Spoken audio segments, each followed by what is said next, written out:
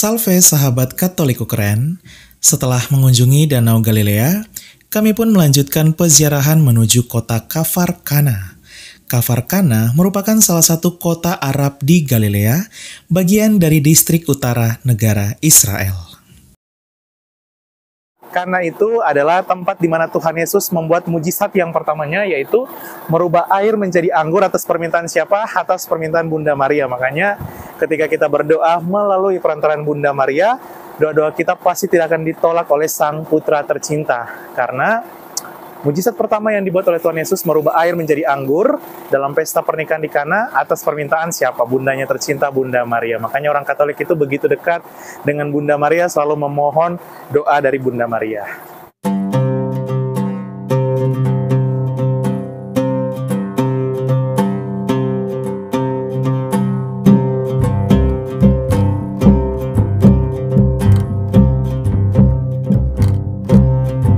Akhirnya kami pun tiba di Kana. Sebelum ke gereja, kami mampir di salah satu toko rohani yang berada di Kana. Oh ya, Kana sendiri terkenal akan anggurnya, atau yang disebut anggur Kana. Ya, hal ini karena di kota Kana lah tempat Tuhan Yesus melakukan mujizatnya yang pertama, yaitu mengubah air menjadi anggur. Maka tak heran, di toko-toko rohani yang berada di Kana, banyak menjual anggur Kana. Salve sahabat Katoliko keren, jadi saat ini kita akan mampir di salah satu toko yang menjual anggur ya. Tokonya ini sebenarnya menjual berbagai macam pernak-pernik, cenderamata dari Nazaret sendiri, tempat kelahiran, tempat asal dari Tuhan Yesus. Tapi di toko ini, barang atau main utama yang dijual itu yaitu anggur.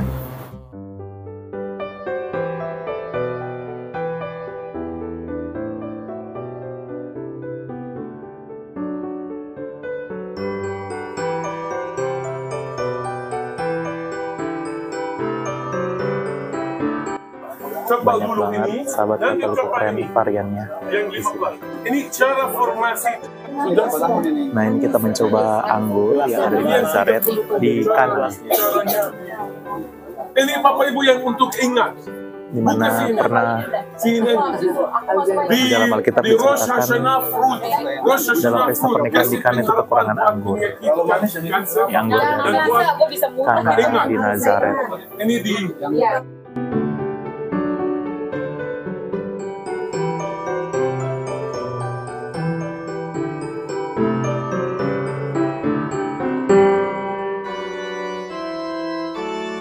bagus ya ini ya, ada Nazaret, kemudian Holy Land, ada Gunung Tabor, Kana, terus Nazaret, bagus ya, karena ikonnya ada. Harganya juga lumayan ya, sahabat Katolik keren, lumayan terjangkau.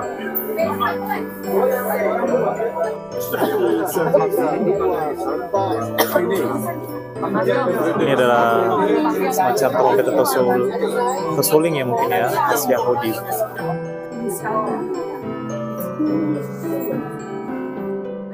Nah, kalau sahabat Katoliko keren mau tahu, jadi aku itu sebenarnya nggak tertarik amat. Aku itu kalau lihat ada rosario itu pasti bakal beli.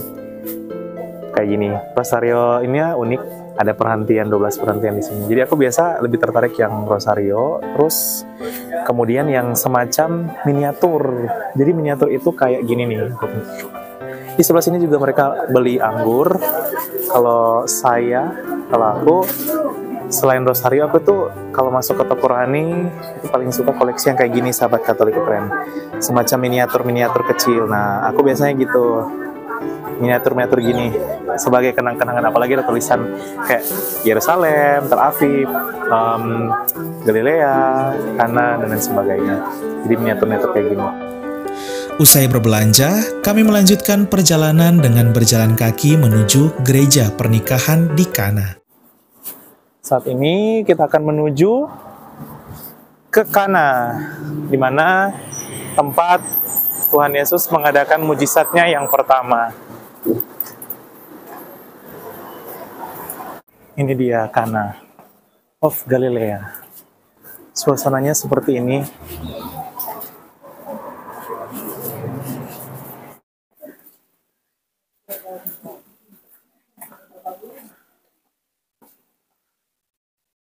Selamat datang di Gereja Pernikahan di Kana.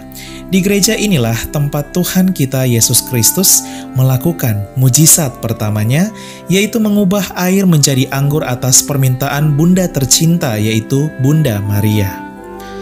Pada hari ketiga, ada perkawinan di Kana yang di Galilea, dan ibu Yesus ada di situ. Yesus dan murid-muridnya diundang juga ke perkawinan itu. Ketika mereka kekurangan anggur, ibu Yesus berkata kepadanya, "Mereka kehabisan anggur." Kata Yesus kepadanya, "Mau apakah engkau daripadaku, ibu? Saatku belum tiba."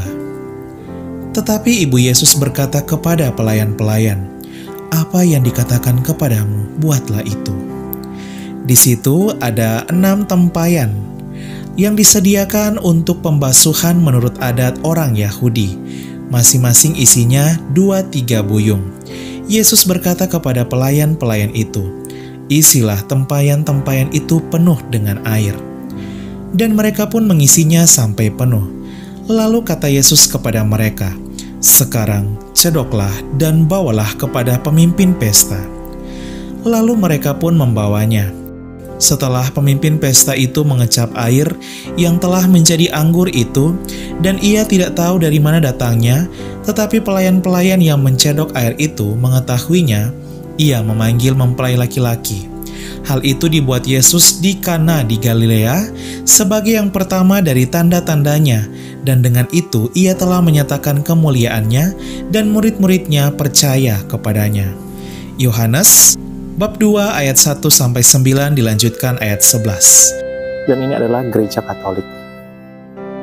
Katolikku keren. Kami pun mengikuti misa di sini yang dipersembahkan oleh Pater Ardi. Sahabat Katoliku keren, kerennya lagi, gereja pernikahan di Kana ini merupakan bangunan gereja Katolik yang dikelola oleh Ordo Fransiskan. Gereja ini sudah dibangun sejak tahun 1881. Pada tahun 1990-an, gereja ini direnovasi total hingga diresmikan pada tahun 1999. Banyak peziarah yang juga datang ke gereja ini, khususnya pasangan suami istri yang akan menikah, maupun yang ingin memperbarui janji pernikahan mereka di misa. Berkata kepadanya, "Mereka kehabisan anggur." Kata Yesus kepadanya, "Mau apakah engkau daripada ibu? Saat belum."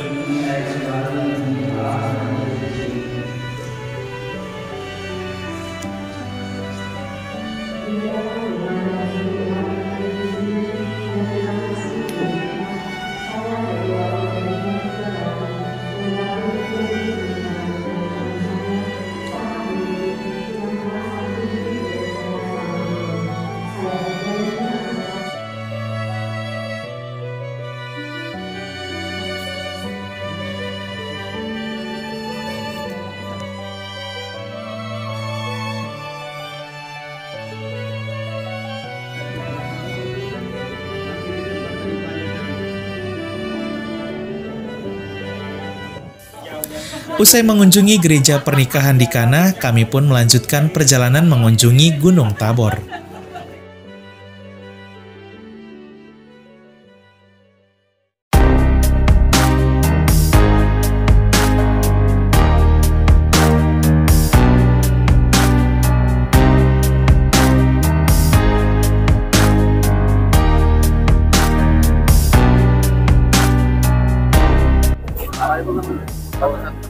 Dan kita sudah mulai memasuki Gunung Tabor ya, sahabat Katoliku keren.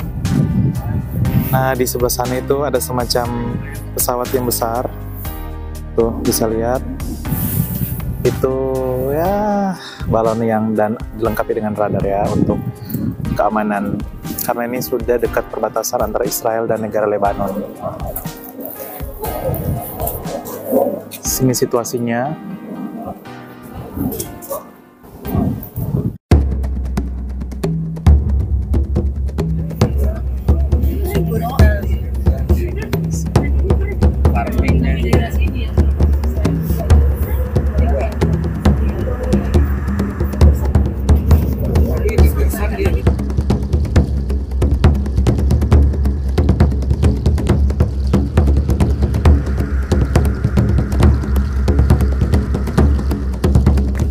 Gunung Tabor adalah sebuah gunung yang menjulang setinggi 575 meter di bagian selatan Galilea, sebelah barat dari Danau Galilea.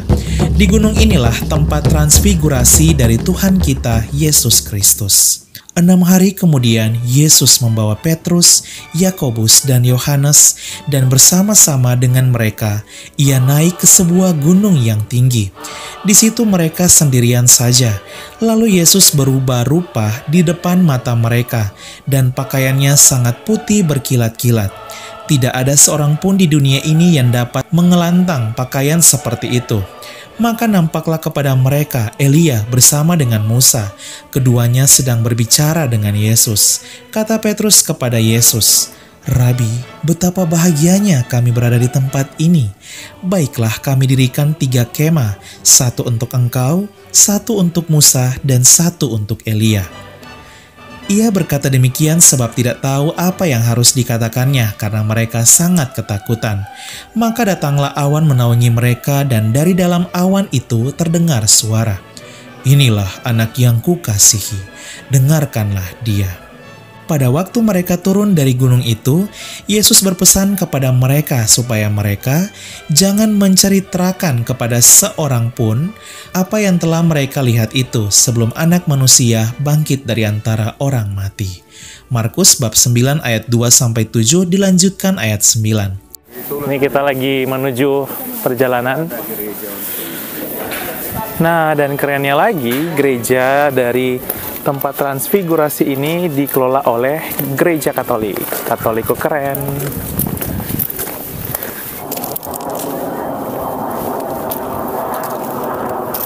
Ya, ini dia.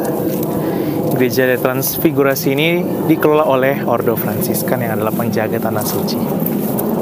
Selamat datang. Wah, indah ya gerejanya. Sahabat Katolik keren, di Gunung Tabor ini berdiri gereja yang indah, yaitu Gereja Transfigurasi. Kerennya lagi, gereja ini merupakan bangunan gereja Katolik yang dikelola oleh Ordo Fransiskan. Gereja ini sudah berdiri sejak tahun 1924 dan berdiri di atas tempat Tuhan Yesus berubah rupa di atas Gunung Tabor. Keren ya? Yeah?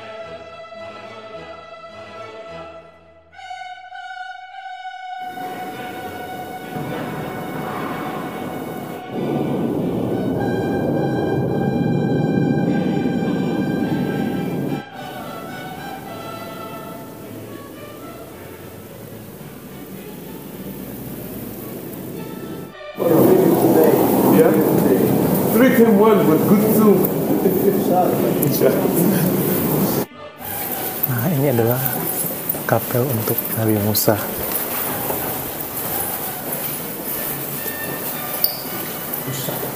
Ya, ini lihat apa yang belum bisa menjadi sebagus. Oh. 1 untuk Musa, ini dia Nabi Musa. Lihat apa yang tidak ada yang tahu bagaimana Nabi Musa kelihatan, ya. Setiap pelukis bisa melukiskan dia beda. Tapi ini pelukis di sini supaya anda tahu yang maksud di sini, maksud itu Musa. Dia melukiskan satu sosok membawa 10 perintah Allah. Nomor 2, ya. Dan di belakang itu api di semak. Musa anda akan ke sana. Itu mewakili Musa dan beliau mewakili para nabi. Ya, silahkan. Ayat, kenapa ini dipilih untuk? Selamat datang di Gunung Tabor. Jadi sebelah sana itu Elia, sebelah sana itu Nabi Musa. Ini altarnya. Getsemani. Ya, tapi ini dia itu 2 altar yang lambang dua putra Kristus. Ini untuk Tuhan Yesus.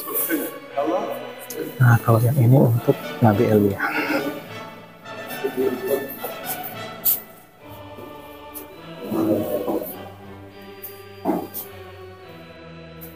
Nabi Elia. paling utama dalam kehidupan Nabi Elia waktu dia menantang 450 Nabi Baal, yang mana saya menceritakan, yang mana korban Elia, yang mana korban Nabi-Nabi Baal. Di samping gereja ini terdapat pemandangan lembah Armageddon yang dipercaya sebagai tempat penghakiman terakhir merujuk kepada akhir zaman atau kiamat. Dan aku mendengar suara yang nyaring dari dalam bait suci berkata kepada ketujuh malaikat itu, "Pergilah dan tumpahkanlah ketujuh cawan murka Allah itu ke atas bumi." Lalu ia mengumpulkan mereka di tempat yang dalam bahasa Ibrani disebut Harmagedon. Wahyu bab 16 ayat 1 dilanjutkan ayat 16. Nah, ini adalah lembah Armageddon yang dipercaya bahwa penghakiman akan terjadi di sini katanya ya. Penghakiman akan di sini kan? Iya. Dipercaya. Wahyu Yohanes 16:16. Di lembah ini, di lembah darah Kristus akan mengalahkan antikristus. Yang hari kiamat itu. Ya. Iya ya. Jadi di sini dipercaya bahwa Kristus, Tuhan Yesus akan mengalahkan antikristus di hari kiamat ya, penghakiman terakhir.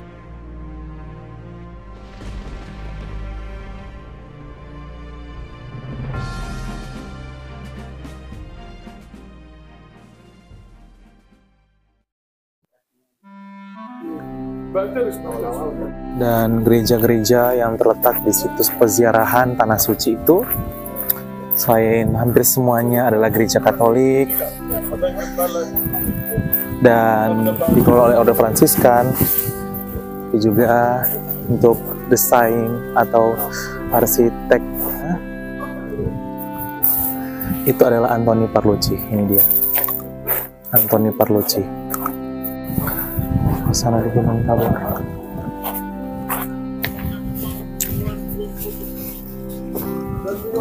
Kita lanjut ke situs peziarahan selanjutnya. Sahabat Katoliko Keren, sampai di sini dulu peziarahan kita episode ke-7 spesial Holy Land. Di episode selanjutnya kita akan mengunjungi Nazaret, kampung halamannya Tuhan kita Yesus Kristus, dan juga ke negara Mesir. Sampai jumpa, Katoliko memang keren, salve!